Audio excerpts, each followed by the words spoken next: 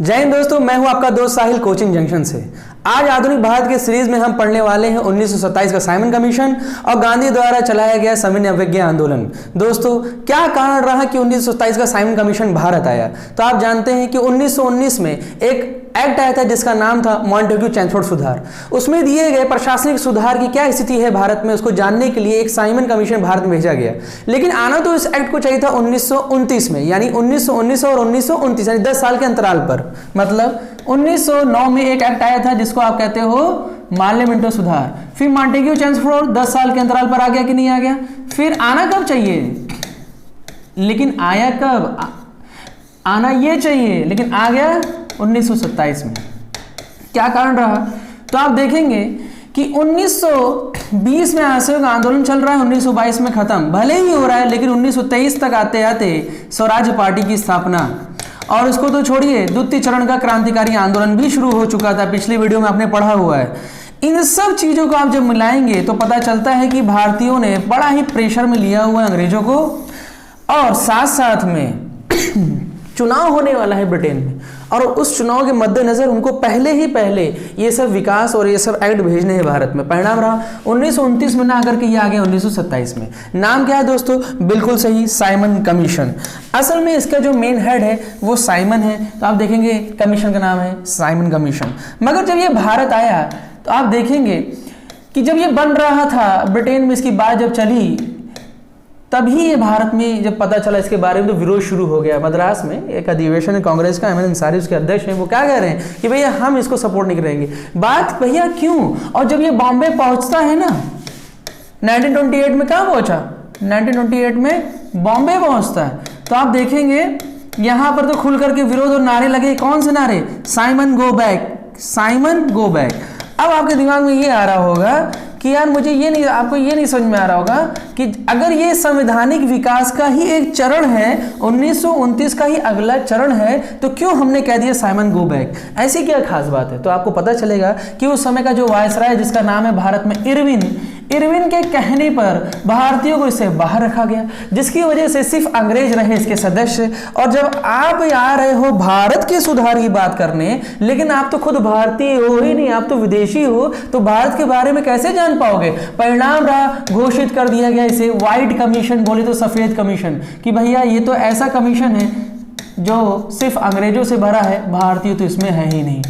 तो किसके कहने पर मना किया था? इरविन के कहने पर ऐसा हुआ था, भारतीय इसमें शामिल नहीं। परिणाम रहा साइमन गो बैक का नारा लगता है, और एक टाइम तो ऐसा आता है कि लाला लाजपत राय क्या करते हैं इनके विरोध लाला लाजपत राय क्या कर रहे हैं? लाहौर में विरोध कर रहे होते हैं, और स्कॉट की लाठी उनके सर पर पड़ती है, जिसका परिणाम वो क्या होते हैं? शहीद हो जाते हैं। दोस्तों, क्या गांधी चुपचाप बैठे होंगे? क्या इस तरीके से सब कुछ होने दिया जाएगा? क्या कोई कुछ नहीं कहेगा? तो दोस्तों शुरू करते हैं। देखिए 1927 का साइमन कमीशन, इरविन के कहने पर भारतीयों को इसको क्या कर दिया गया? बाहर कर दिया गया। परिणाम रहा इसको कह रहे हो श्वेत कमीशन, और भारतीयों ने इसका किया विरोध। बॉम्बे पहुंचा तो साइमन गो बैक का नारा लग रहा है। आप देखेंगे विरोध के दौरान लाहौर में स्कॉट वाली जो मैंने अभी आपको घटना बताई। अच्छा, इतना चीज आपको समझ में आया कि विरोध हो रहा है, ठीक है। तो क्या भारतीय सिर्फ विरोध ही करेंगे? कुछ और भी तो होगा। दो चीज आपको देखने को मिलती है। ब्रॉकन हेड ने क्या कर दी? हेड ने क्या कर दिया? चेतावनी, सॉरी, इसे चैलेंज दिया। क्या कह रहे हैं ब्रॉकन हेड? कह रहे हैं ऐसा है कि अगर आपको लगता है ना कि आप अच्छे से काम कर सकते हो तो आप ही बना लो, हम कमीशन बेफालतू हम ले आए, मतलब हमारा कमीशन किसी काम का नहीं है, तो एक काम करिए आप ही बनाइए, इसको आप ही बना लीजिए अपने हिसाब से, कोई रिपोर्ट संविधान सब आप ही बना लो। लेकिन एक शर्त है हमारी। बोला क्या शर्त है? बना तो लो तुम अपना खुद का, हम मान जाएंगे, लेकिन जितना भी संप्रदाय, जितने भी आपके देश में जो संप्रदाय, समूह, धर्म के लोग हैं ना, सब इसको क्या करें? सब के सब उसको क्या करें? मान्य हो, सब उसको माने। जो भी आप रिपोर्ट तैयार करेंगे, हर संप्रदाय, हर धर्म का व्यक्ति उसे क्या करें? माने। अच्छा भैया, तो इसका चैलेंज को ले लिया एक इंसान ने। उस चैलेंज को लेने वाला इंसान मोतीलाल नेहरू। मोतीलाल नेहरू क्या किया इन्होंने? 1928 में एक रिपोर्ट प्रस्तुत की, जिसे आप कहते हो नेहरू रिपोर्ट। जैसे कि यहाँ पर इन्होंने चैलेंज दिया ही था अपनी रिपोर्ट खुद ही तैयार कर लो, तो वही हुआ, एक रिपोर्ट आई, नाम क्या है? नेहरू रिपोर्ट। मगर इसमें इन्होंने एक बात जोड़ा जिसे कहते हैं डोमिनिकन स्टेट, है ना।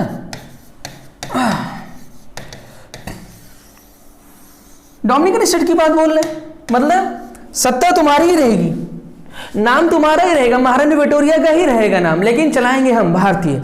और इसी बात में विवाद हो गया। खुद इनका लड़का, जिसको आप क्या नाम है, जवाहरलाल नेहरू, इस रिपोर्ट में भड़क गए, सुभाष चंद्र बोस भड़क गए, और जिन्ना तो है ही एंटी, वो तो कुछ कहना ही नहीं उनका, तो मुस्लिम लीग से। तो देख रहे हैं शर्त क्या थी, ब्रोकन हेड की शर्त क्या थी, ब्रोकन हेड की, कि हर संप्रदाय हर धर्म क्या करे, उस रिपोर्ट को मान्य करे भैया, तब तो हम मान लेंगे उस रिपोर्ट को, वरना फिर हमारी बात को मानो। और क्या हो रहा है यहाँ पर, देखिए हुआ क्या, डोमिनिकन स्टेट का मुद्दा रहा और भड़क गए लोग, बोले यार तुमने अपनी रिपोर्ट में डोमिनिकन स्टेट क्यों डाला, हमें तो पूर्ण स्वराज पूर्ण स्वतंत्रता चाहिए ना। मतलब इनका मानना क्या है, इस ग्रुप का मानना क्या है कि भैया हम तो पूर्ण स्वतंत्रता से नीचे कुछ लेंगे ही नहीं, पूर्ण स्वराज्य चाहिए हमें, ये डोमिनिकन स्टेट वगैरह कोई कॉन्सेप्ट नहीं, स्वतंत्रता चाहिए हमें। और जिन्ना तो अलग से ही एक सूत्री कार्यक्रम दे, जिसका नाम है 14 सूत्री कार्यक्रम, इन्होंने अलग से पेश किया। बोला ऐसा है कि आपने जो रिपोर्ट बनाई वो आप रखिए, हम अपनी रिपोर्ट अलग से तैयार कर रहे हैं, और उसको कुछ शर्तें तैयार की और उसे कहते हैं 14 सूत्रीय कार्यक्रम। अब यहाँ पर जब विवाद शुरू हो गया और दिख रहा है कि भारतीयों ने चैलेंज भले ले लिया, लेकिन वो तो हारते हुए नजर आ रहे हैं, तो जानते हैं फिर से री एंट्री हुई एक महात्मा की, और वो महात्मा कौन, बिल्कुल सही, महात्मा गांधी आए, संभाल लिया स्थिति को। जहां बेटा ही खड़ा है अपने बाप के खिलाफ, सुभाष चंद्र बोस जैसा इंसान विरोध कर रहा है, जिन्ना तो अलग है ही, परिणाम रहा गांधी जी की री एंट्री। गांधी जी फिर से एंट्री मारते हैं। क्या किया इन्होंने सिंपल सा फॉर्मूला दिया, बोला ऐसा है, तुम्हारी भी बात मानते हैं, तुम्हारी भी मानते हैं, तुम्हारी मानते, सबकी बात मानते हैं, लेकिन एक शर्त है। क्या, ये है मेरा 11 सूत्री कार्यक्रम। देख रहे हैं गांधी कौन सा सूत्री कार्यक्रम दे रहे हैं, 11 सूत्री कार्यक्रम। ये कौन सा सूत्री कार्यक्रम दे रहे थे, जिन्ना 14 सूत्री कार्यक्रम। और यंग इंडिया नाम का एक लेख पत्र, उस पर इन्होंने क्या किया, इसको लिखा, यंग इंडिया में क्या लिखा, अपने 11 सूत्री कार्यक्रम के बारे में। दोस्तों क्या लिखा, यंग इंडिया में लिख दिया 11 सूत्री कार्यक्रम, बोला ऐसा है। और किसको लिख रहे हैं, इरविन को, कि मेरी ये मांगे हैं, अगर मान लेते हो ना तब तो ठीक, नहीं तो फिर जाने रहना, वहीं आंदोलन छेड़ेंगे फिर। और वही हुआ कि आप देखेंगे 1 साल बीत गया, नहीं बात मानी गई गांधी की, और अब गांधी के ऊपर प्रेशर पड़ रहा है कि भैया मानी तो गई नहीं बात, अब करोगे क्या। तो भाई जिन्ना से तो कुछ मतलब अभी फिलहाल गांधी का इतना ज्यादा, क्योंकि ये अलग ही कॉन्सेप्ट है फूट डालने वाली बात। तो अभी ध्यान किस पे देंगे, इन पर, जवाहरलाल नेहरू सुभाष चंद्र बोस वाली बात पर। तो आप देखेंगे जवाहरलाल नेहरू की बात जो थी ना, कौन सी बात, पूर्ण स्वराज्य, स्वतंत्रता लेंगे पूर्ण रूप से, इसी बात को गांधी ने पकड़ लिया। बोला भाई मैंने अंग्रेजों से कहा था 1 साल का समय हम दे रहे हैं, आप बात मानिए, नहीं तो फिर हम काम शुरू करते हैं। और अंग्रेजों ने ध्यान दिया नहीं, अंग्रेजों ने उल्टा कह दिया कि भैया ऐसा है, तुम अभी क्यों बवाल कर रहे हो, काम करने दो साइमन कमीशन को, अभी वो काम कर रहा है। उसके बाद 1930 में हम बुलाएंगे तुम्हें, कहाँ, ब्रिटेन में, मौका देंगे तुम्हें बात करने का, ब्रिटेन में, जहां पर होगा पहला राउंड टेबल सर्किल, बोले तो गोल मेज सम्मेलन, वहां ना बात करते हैं। अभी इसको काम करने दो, रिपोर्ट बनाने दो, श्वेत पत्र तैयार करने दो, कुछ दिक्कत होगी वहां बात करना, अभी काम करने दो इसे। लेकिन गांधी कहते नहीं, हमने कुछ वादा किया है तो वादा तो निभाना ही होगा। और वो वादा क्या था जवाहरलाल नेहरू से, कि अगर नहीं मानेंगे अंग्रेज तो भैया हम तुम्हारी तरफ से बातें अब रखना शुरू करेंगे जो तुमने कहा था। तो वही हुआ, क्या हुआ आप देखेंगे 1929, ठीक डेट है 31 दिसंबर, लाहौर में एक अधिवेशन हो रहा है रात को, अधरात्रि में, और अध्यक्ष की बात हुई कि किसको बनाया जाए। तो गांधी को पहले नाम रख रहे हैं लोग कि गांधी को रखो भाई, आंदोलन छेड़ना तो यही करेंगे सब कुछ। गांधी कह रहे नहीं, हमें ना रखो। जिस बंदे ने पहले ही कहा था ना कि इस बात को, किसने कहा था, इन्होंने, जवाहरलाल नेहरू कह रहे थे ना डोमिनिकन स्टेट नहीं चाहिए हमें, पूर्ण स्वराज वाली, इन्हीं को बनाया जाए। तो देखेंगे आप गांधी के कहने पर, किसके कहने पर, गांधी के कहने पर अध्यक्ष पद किसको बनाया गया, किसको दिया गया अध्यक्ष पद, तो जवाहरलाल नेहरू को। पहली बार बहुत ही कम उम्र में क्या बना दिए गए, पहली बार कांग्रेस के अध्यक्ष बन रहे हैं। और गांधी कब बने थे, 1924 के बेलगांव में पहली बार, और ये बन रहे हैं यहाँ पर। और जैसे कि वही जब अध्यक्ष बनाए गए तो जो बात आपने बोली थी उसे पूरा करिए, तो इन्होंने कह दिया। अब देखिए डेट क्या है, देख रहे हैं आप, 31 दिसंबर 1929 क्या वादा कर रहे हैं लोगों से? कह रहे हैं ऐसा है कि 26 जनवरी 1930 तक हम स्वतंत्रता ले लेंगे। देख रहे हैं आप, हमारे पास ऐसा प्लान है कि हम 26 जनवरी 1930 तक क्या ले लेंगे? स्वतंत्रता ले लेंगे। देख रहे हैं कब बन रहे हैं और क्या कह रहे हैं, यानी अगले ही महीने की बात हो रही है। अब वो प्लान क्या था दोस्तों? वो प्लान वही था जो भी गांधी कह रहे थे। बल कौन है पीछे से, बैकअप कौन दे रहे हैं? गांधी कह रहे हैं ना संभाल लेंगे, तुम चिंता मत करो यार, हम तो हैं ही। और संभालते हैं, कैसे संभालते हैं दोस्तों? आप देखेंगे कि जहां सभी को व्यस्त कर दिया ब्रिटेन ने, जितने यहाँ के मुख्य नेता हैं सबको व्यस्त कर दिया। कहां पर? प्रथम गोलमेज सम्मेलन में बुला करके, क्या तुम्हें मौका दे रहे हैं, अपने बराबर बैठा रहे हैं, और क्या चाहिए यार? ब्रिटेन में बुला रहे हैं तुम्हें, यहाँ कौन तुम्हें सेठता है? सिर्फ सब कांग्रेस को ही पूछते हैं, हम तुम्हें बुला रहे हैं, आओ, कांग्रेस को भी बुला रहे हैं, आओ। तो आप देखेंगे 1930 नजरें गड़ी हैं भारतीयों की उस वादे पर, स्वतंत्रता के वादे पर। और दो घटना घट रही है। एक तरफ तो पहला गोलमेज सम्मेलन, कुछ मेन नेता गायब, ठीक, लेकिन कांग्रेस नहीं जाती, गांधी नहीं गए। वो कर क्या रहे हैं? गांधी एंड कांग्रेस कर क्या रहे हैं? वही अपना वादा जो किए हो उसे पूरा, ऐसे कैसे छोड़ के चले जाओगे वहां पर? कुछ नेता गायब, यहां पे मौजूद चले गए वो, बाकी बची कांग्रेस और गांधी। हुआ क्या? गांधी का बहुत तगड़ा प्लान है यहां पर, और आंदोलन है। वो आंदोलन का नाम क्या है जो इन्होंने शुरू कर दिया था? सविनय अवज्ञा आंदोलन। मतलब ऐसा आंदोलन जिसके नाम से ही आपको पता चल रहा होगा, सा मतलब साथ में विनय के साथ, अवज्ञा मतलब आज्ञा ना मानना, हम आपकी आज्ञा नहीं, आप आपकी बात मानेंगे ही नहीं। जिसमें आप देखेंगे जो, यानी जान रहे हैं, जो रूल रेगुलेशन आप बनाए हो, अंग्रेजों से क्या कहना, जो रूल रेगुलेशन आप बनाए हम उसे नहीं मानेंगे, और बड़े ही सविनय के साथ। ऐसा नहीं कि हम बंदूक चलाएंगे, लाठी चला देंगे कि हम इस कानून को नहीं मानेंगे, सविनय अवज्ञा करेंगे। मतलब पहला कदम ऐसा उठता है जो हिला देता है अंग्रेजों को। और मुद्दा ही ऐसा है नमक का, जो भारतीयों का समुद्र, भारतीयों का नमक, और बनाने का भी अधिकार ले लिया, साथ में टैक्स भी लगा दिया अंग्रेजों ने। मतलब नमक हमारा, टैक्स तुम लगाओगे।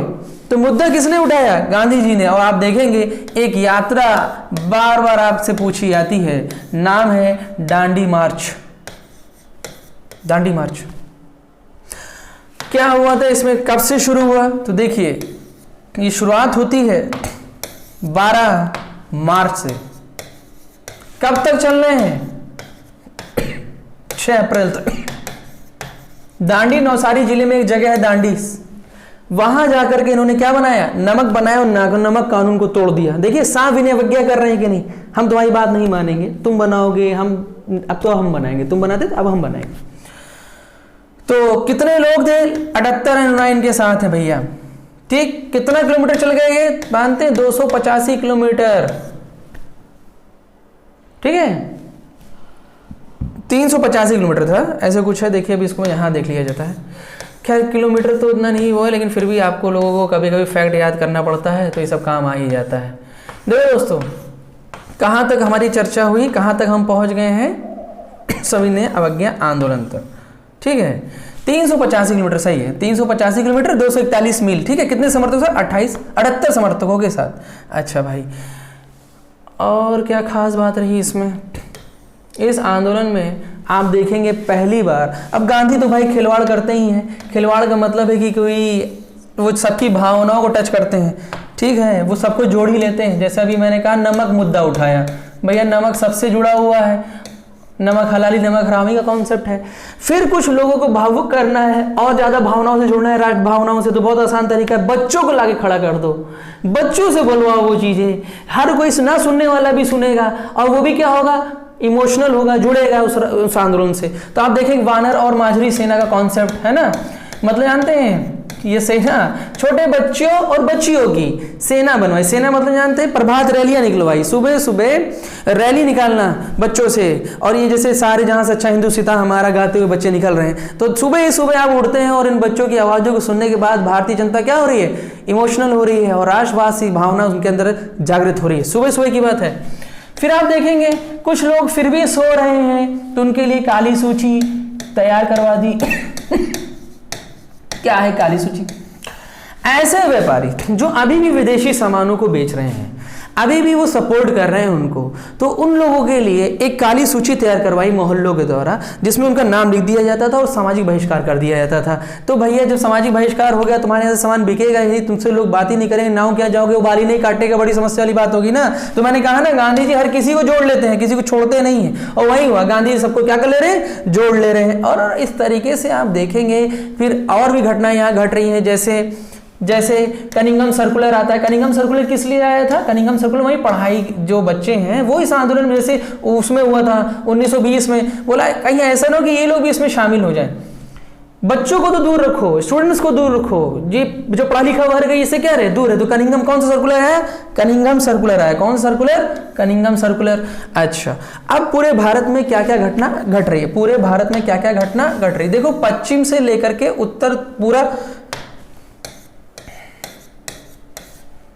यहां देखेंगे इस इलाके में, उत्तर पश्चिम इलाके में एक आदमी है जिसको कहते हैं सीमांत गांधी। सीमांत गांधी मतलब जानते हैं? सीमा है ना, सीमा का जहां अंत हो रहा है उसे कहते हैं सीमांत गांधी। कौन व्यक्ति है ये? अब्दुल गफ्फार खान। कौन है? अब्दुल गफ्फार खान। क्यों कह रहे हैं उनको सीमांत गांधी? क्योंकि गांधी का ही नियम इनके पास भी है, अहिंसा। और एक सेना बनाई जिसका नाम है खुदाई खिदमतदार सेना। खिदमतदार का मतलब जानते हैं? मतलब किसी की सेवा करना। और इसी को आप लाल कुर्ती के नाम से भी जानते हैं, लाल कुर्ती सेना, क्योंकि कैसी कुर्ती पहन रहे? लाल कुर्ती पहन रहे।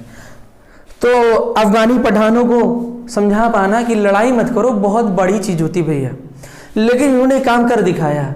उनको लड़ाई से दूर किया और किस तरफ ले गए? शांति व्यवस्था से अपनी बात मनवाई जाए।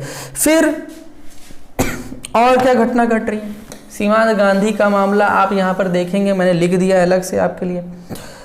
फिर धरसाना का कांड इसी में होता है। धरसाना जानते हैं ना? धरसाना महाराष्ट्र में, जब आपने एक पिक्चरों में भी देखा होगा, अक्सर एक सीन दिखाते हैं कि जनता, निहत्ती जनता चली आ रही है और पुलिस जो है डंडों से उस पर वार कर रही है। उसके बाद वो जब उनको सर में चोट लग जाती है, वो जाकर के नीचे गिरते हैं, उसके बाद वो हटते हैं वहां से, और महिलाएं आती है तुरंत उनको पट्टी उट्टी लगाती है। तब तक दूसरे लोग आगे खड़े हो जाते हैं डंडा खाने के लिए, भाई मुझे मारो अब तुम, लेकिन हम तो जाएंगे, नमक बनाएंगे, इस कारखाने में हमारा ही काम चलेगा। तो वेबर नाम का पत्रकार उसके बारे में लिख रहा होता है कि ऐसा घटना तो मैंने कभी आज तक देखी ही नहीं, ऐसी चीज तो हमने कभी देखी ही नहीं। लेकिन आप देखेंगे कि भैया बहुत नुकसान हुआ। किसका नुकसान हुआ? ब्रिटिश वालों का। ब्रिटिश वाले परेशान और गांधी हो गए मस्त। परिणाम रहा कि गांधी और इरविन के बीच में क्या हो रहा है? समझौता हो रहा है। और इसी समझौते के तहत आप देखेंगे 1931 का जो दूसरा गोलमेज सम्मेलन है उसमें कौन चला गया? गांधी चले गए। गोलमेज सम्मेलन में कांग्रेस गई बोलिए, चाहे बोलिए गांधी जा रहे हैं, गांधी मौजूद। अब यहां पर क्या हुआ जानते हैं? यहां जब पहुंचते हैं तो भाई चर्चिल है वहां बैठा हुआ। जो चर्चिल ने क्या कह दिया था इनको? देशद्रोही फकीर। क्या कह दिया था इनको चर्चिल? इसी सम्मेलन में क्या कह रहा है इनको? देशद्रोही फकीर। और फ्रैंक मोसैन नाम का एक पत्रकार है, वो तो कह देता है इनको अर्धनंगा फकीर। गा फकीर देख रहे हैं, कभी कभी पूछ लेता है किसको कहा था अर्धनंगा फकीर, या किसने कहा था अर्धनंगा फकीर? देशद्रोही फकीर किसने कहा था गांधी जी को? तो भैया वो कहा था चर्चिल ने। किसमें हो रहा है? पहले गोलमेज सम्मेलन में। तो दोस्तों अभी आप पहले स्क्रीनशॉट लेंगे उन चीजों का, किन चीजों का? जो भी मैंने पढ़ाई है, कैसे क्या क्या चीजें खत्म हुई, तो समझिएगा पूरे सीक्वेंस के साथ। क्या है सीक्वेंस? 1927 का साइमन कमीशन, भारत में आगमन होता है, ठीक दोस्तों। उसके बाद बवाल की शुरुआत होती है। क्या शुरुआत होती है समझिएगा। साइमन कमीशन आया, इरविन के कहने पर भारतीयों को क्या रख दिया गया? बाहर रख दिया गया। उसके लिए इसको कमीशन को क्या कहा? श्वेत कमीशन, क्योंकि इसमें सिर्फ अंग्रेज है, भारतीय तो है ही नहीं। परिणाम रहा भारतीयों ने इसका क्या किया? विरोध करना शुरू किया। बॉम्बे में जैसे ही पूछता है नारा लगा साइमन गो बैक। और आप देखेंगे पश्चिम में लाहौर में खुद लाला लाजपत राय इसी मुद्दे पे लड़ते हुए, असल में विरोध करते हुए क्या हो गए? शहीद हो गए स्कॉट की लाठी। और बाद में मैंने कल पिछले वीडियो में आपको पढ़ाया भी था कि 1928 में HSRA ने बदला लिया था जब सुखदेव भगत सिंह राजगुरु ने किसकी हत्या कर दी थी? सैंडर्स की हत्या। अच्छा, चैलेंज दिया कि बहुत विरोध कर रहे हो हमारा, तो ब्रोकन हेड ने क्या कर दिया था, चैलेंज दे दिया, बोला अपनी रिपोर्ट बना के दिखाओ, अगर इतनी समस्या तो बना लो, लेकिन एक शर्त है, वो ये है कि जितने भी भारतीय चाहे जिस धर्म चाहे जिस संप्रदाय का, वो उसको क्या करेगा, मानेगा। तो भैया हुआ क्या, नेहरू जी जो कि मोतीलाल नेहरू, ना कि जवाहरलाल नेहरू, ध्यान दीजिएगा, मोतीलाल नेहरू ने क्या कर दिया, एक रिपोर्ट तैयार की, मगर समस्या वही, दूसरी शर्त नहीं लागू हो पा रही है। पहली शर्त तो लागू हो गई, इन्होंने चैलेंज ले लिया था और पूरा किया कि रिपोर्ट तैयार कर दी, उसमें डोमिनिकन स्टेट डाला, फंडामेंटल राइट डाला, ये सब चीजें रखी, लेकिन जानते हैं दूसरी शर्त नहीं पूरी हो रही। वो दूसरी शर्त क्या है, जो कि अंग्रेजों ने कहा था कि भैया ऐसा है कि हर संप्रदाय और धर्म के लोग भी इसको मानेंगे, ऐसा हो नहीं पाया, बल्कि खुद इनके अपने ही बेटे, खुद कौन, जवाहरलाल नेहरू। देख रहे परिणाम रहा, नेहरू रिपोर्ट 1928, क्या शब्द का इस्तेमाल किया, डोमिनिकन स्टेट, ठीक है, कि सत्ता हाँ तुम्हारी, नाम तुम्हारा रहेगा, चलाएंगे, मतलब सब कुछ तुम्हारा, सिक्का तुम्हारा ही रहेगा, बस देखेंगे हम। तो हुआ क्या, जवाहरलाल नेहरू तथा सुप्रीम कोर्ट कह रहा हूँ, सुभाष चंद्र बोस ने, ये एस मतलब सुभाष, सी मतलब चंद्र, सुभाष चंद्र बोस ने, जे मतलब जवाहर, एल मतलब लाल, नेहरू, तो जवाहरलाल नेहरू सुभाष चंद्र बोस ने तो भाई कहा कि पूर्ण स्वराज वाला मामला नहीं चाहिए, ये तुम पूर्ण स्वराज डाले हो, हमें नहीं, हमें पूर्ण स्वतंत्रता चाहिए। देख रहे खुद लड़का ही विरोध कर रहा है इनका, मोतीलाल नेहरू जी का, यानी जवाहरलाल नेहरू उसका विरोध कर रहे हैं। प्लस आप देखेंगे संप्रदाय भी विरोध कर रहा है, एक मुस्लिम संप्रदाय भी विरोध कर रहा है, 14 सूत्री कार्यक्रम लाइव खड़ा कर दिया इन्होंने, और भी लोग विरोध कर रहे हैं, मैंने मेन ही चीज लिखा है, ऐसा नहीं है।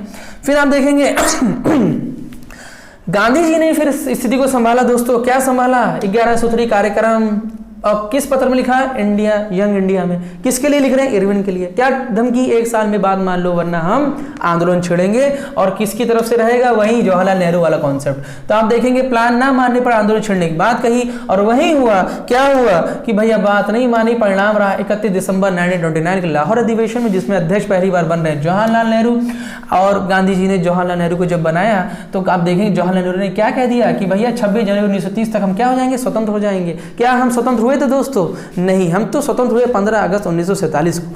तो इस डेट की क्या वैल्यू है, इस डेट की वही वैल्यू है जब आप 26 जनवरी को क्या बनाते हो, गणतंत्र दिवस, जबकि संविधान तो हमारा पहले ही बनकर के लागू हो गया है, संविधान पहले ही बनकर लागू हो गया, लेकिन हमने फिर भी डेट को टाला, और डेट क्या बनाई, 26 जनवरी, इसी दिन की इज्जत को बनाने के लिए, बनाए रखने के लिए, ठीक है, समझिएगा इस चीज को। ये मैं पढ़ाऊंगा, जब मैं पढ़ाऊंगा आपको संविधान, तो उसमें भी ये डेट बार बार चर्चा आएगी कि भैया क्यों हमने 26 जनवरी को गणतंत्र दिवस घोषित कर दिया, ठीक है, कि हम तो स्वतंत्र हुए भी नहीं, फिर भी ये डेट क्यों वैल्यू है, और हम तो जनवरी को क्या मनाते हैं, गणतंत्र दिवस, स्वतंत्र दिवस तो बनाते नहीं। तो भैया हम इसलिए स्वतंत्र दिवस नहीं बनाते क्योंकि स्वतंत्र हम हुए ही नहीं थे, हम तो स्वतंत्र हुए थे 1947 में, वो भी डेट क्या थी, 15 अगस्त। तो 15 अगस्त को स्वतंत्र दिवस है ना, अभी 26 जनवरी को क्या रखा जाए, तो बोला ऐसा है गणतंत्र दिवस रख देते हैं, जबकि संविधान उससे पहले ही बन गया था, कुछ दिन पहले ही, पिछले ही साल। उसके बाद आप देखेंगे इस डेट को बनाए रखने के लिए हमने क्या रखा, 26 जनवरी। अच्छा, फिर एक चीज देखिए, अंग्रेजों गांधी जी से प्रथम गोल सम्मेलन में आने, वही मैंने कहा ना, कहते हैं कि आइए सम्मेलन में देखा जाएगा, लेकिन भैया गांधी जी पर आप कहते हैं मेरी बात तो माने नहीं, तो वो क्या शुरू कर देंगे, सविनय अवज्ञा आंदोलन, यहाँ तक हो गया है। फिर आपने क्या पढ़ा आज कि किस तरीके से शुरुआत हुई दांडी मार्च यात्रा की, डेट के साथ, किस जिले में है, क्या काम किया, कितना दूर चले, कितने उनके समर्थक थे, और महिलाएं इसमें सबसे ज्यादा योगदान निभा रही होती हैं। गांधी का ऐसा आंदोलन जिसमें बढ़ चढ़ के पूरा योगदान। फिर आप देखेंगे वानर माजरी सेना प्रभात फेरियां निकालनी शुरू की और काली सूची का निर्माण किया। कभी आपसे पूछ लेता ना, काली सूची किस आंदोलन के तहत ये काम किया जा रहा है। कनिंघम सर्कुलर पढ़ाई से दूर करने के लिए उत्तर पश्चिम में, ये अभी मैंने बताया आपको अब्दुल गफ्फार खान के बारे में। और हाँ, पूर्वी भारत तो मैं छोड़ ही दिया, पूर्वी भारत पे जरा आइए, धरसाना का तो आपने देखा है ना, धरसाना। अब पूर्वी भारत की बात, पूर्वी भारत में आप देखें जियारलंग है ना, और फिर आप देखेंगे उन्हीं की, वो इस आंदोलन में एक है गाड़ी नेलियो नाम की एक लड़की, 13 साल की लड़की, और वो आंदोलन को संभालती फिर आगे चल करके, जिसकी वजह से आप देखेंगे रानी प्राजो की उपाधि मिल रही, जवाहरलाल नेहरू उनको देते हैं। तो आप देखेंगे किसने, कि गाड़ी नेलियो कौन सी उपाधि मिल रही है, रानी की उपाधि मिल रही है। परिणाम क्या रहा भैया, परिणाम रहा यहाँ कि आगे चलकर गांधी और इरविन के बीच में हो रहा है समझौता। अब क्या होगा, गांधी इरविन के बीच में समझौता हो रहा है, क्योंकि गांधी ने अपनी बात मनवाई इस तरीके से, किस तरीके से, इन सब तरीकों से। फिर गांधी चले गए कहाँ, द्वितीय गोल में सम्मेलन में, जहां पे मैंने अभी आपको बताया क्या कहा जा रहा है उसे, देशद्रोही फकीर। किनको, चर्चिल के द्वारा कहा जा रहा था। किनको कहा गया, गांधी को कहा गया। ठीक है दोस्तों, अभी फिलहाल के लिए ये वीडियो यहीं खत्म करते हैं। फिर हम लोग कल क्या पढ़ने वाले जानते हैं, कराची के अधिवेशन से शुरू करेंगे, फिर द्वितीय गोलमेज सम्मेलन में आएंगे, फिर उसका प्रभाव 1935 में क्या हुआ और किस तरीके सांप्रदायिक पंचांग हमारे यहाँ आता है, फिर गांधी जी किस तरीके को संभालते हैं प्रार्थना दिवस के द्वारा, और एक पैक्ट होता है, एक समझौता होता है जिसे आप पुनः समझौता के नाम से जानते हैं। ठीक है दोस्तों, तो आज के लिए धन्यवाद।